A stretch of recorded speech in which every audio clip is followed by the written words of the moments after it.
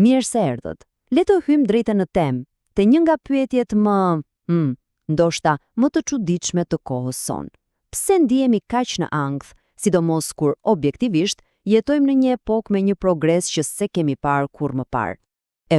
E gjitha fillon me këtë, si ta quajmë, paradoks të madh modern. Shikoni, në njërin anë kemi një botë me pasuri të paimagjinueshme, siguri fizike gati absolute dhe një progres teknologjik që na le pa fjalë. Super, por pastaj shohim anën tjetër, ndjenjat tona. Dhe aty historia ndryshon komplet.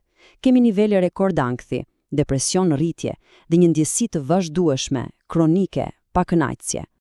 Pra pyetja që na mundon të gjithëve është, çfarë dreqim po ndodh? Për t'ju përgjigjur kësaj, duhet të kthehemi pas në kohë, shumë pas. Duhet të kuptojmë, le të themi, sistemin operativ që kemi të instaluar në tru, ato që quhen cilësimet e fabrikës. Një nga këto cilësime themelore është diçka që quhet anshmëria negative. Mendojeni kështu. Përpara artësit tan, ishte çështje jete a vdekjeje. Të mos vije re një lule të bukur nuk ishte problem, por të mos vije re një tigër pas shkurres ishte fundi. Pra, truri ynë u programua të jetë si një skaner super i ndjeshëm për çdo gjë negative, për çdo kërcënim të mundshëm. Ishte një mjet mbijetese absolutisht jetik. Por nuk mbaron me kaq. Kemi edhe një tjetër defekt të bukur të quajtur ecja hedonike. E dini si funksionon apo jo? Prit me padurim diçka, një rritje rroge, një telefon të ri, e arrin dhe ndjesh mirë për 5 minuta, pastaj bëhet normale. Dhe menjëherë fillon të mendosh për gjën tjetër. Ky mekanizëm na bën që të mos jemi kurrë plotësisht të kënaqur. Na mban gjithmonë në lëvizje, por edhe në një gjendje pa kënaqësie të vazhdueshme. Dhe kjo na sjell te një e vërtet pak e hidhur, por absolutisht thelbësore. Truri ynë nuk është projektuar për të na bërë të lumtur, as pak. Ai është projektuar për një gjë të vetme, për të na mbajtur gjallë. Prioriteti i tij numër 1 është mbijetesa, jo lumturia. Mirë, tani që kuptuam pak a shumë softwarein ton të lashtë, le të shohim se çfarë ndodh kur ky software vihet përballë botës sonë moderne, sepse këtu gjërat bëhen vërtet interesante. Kjo është ndoshta diferenca më e madhe. Stresi i paraardhësve tan ishte intensiv, por i shkurtër. Shfaqej tigri, ti ose vrapoje ose luftoje ose nuk ja dilte. Por pas 15 minutash gjithçka mbaronte. Stresi ynë modern, ai është një histori tjetër, është konstant, i moderuar por i pafund.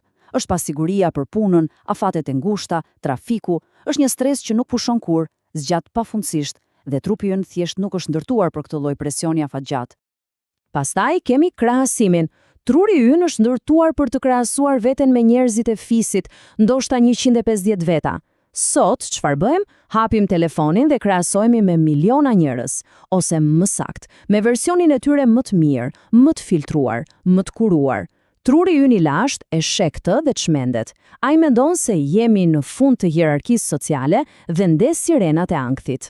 Dhe sikur të mos mjaftonte kjo, hidhemi sipër një lumë të pafund informacioni, lajme, emaile, njoftime që mbajnë trurin ton vazhdimisht në prizë. Shtojeni faktin që rrim ulur gjithë ditën, pa pasur mundësi ta shkarkojmë gjithë këtë tension fizikisht.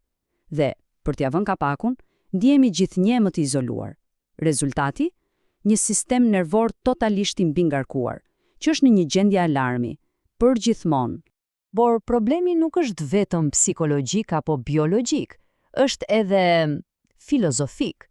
Ka të bëjë me diçka tjetër që kemi humbur, strukturat e vjetra që na jepnin një ndjenjë sigurie dhe kuptimi. Për mijëra vjet, jeta kishte një manual përdorimi. Feja, fisi, rolet shoqërore, gjithçka ishte e qartë. E dje se kush ishte, ku ishte vendi yt dhe çfarë pritej prej teje. Ishte një lloj rrjete sigurie psikologjike. Sot e gjithë kjo është zhdukur. Kemi një liria absolute për të zgjedhur gjithçka. Përbashkë me të, vjen edhe një pasiguri e thellë. Filozofi Søren Kierkegaard e tha në mënyrë geniale: ankthi është marramendja e lirisë. Kur ke pafundësi zgjedhjesh, është e lehtë të paralizohesh. E gjithë barra për t'i dhënë kuptim jetës bien mbi supet tona si individ.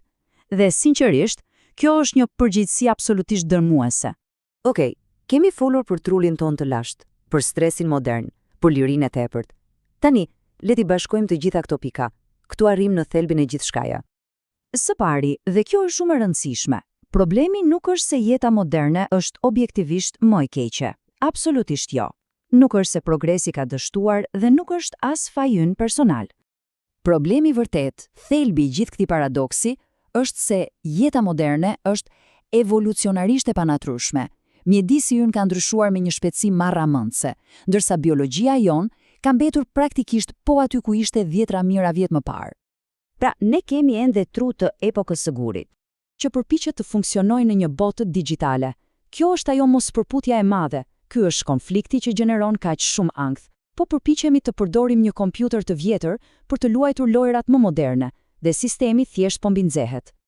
Dhe kjo na lë me një pyetje përfundimtare, por ndoshta më të rëndësishmen. Nëse truri ynë nuk mund të evoluojë aq shpejt sa ti përshtatet botës moderne, atëherë a nuk duhet të fillojmë të mendojmë se si ta projektojmë botën moderne në mënyrë që ti përshtatet trurit ton? Ndoshta problemi nuk jemi ne, por mjedisi, dhe ndoshta aty duhet të përqendrohemi.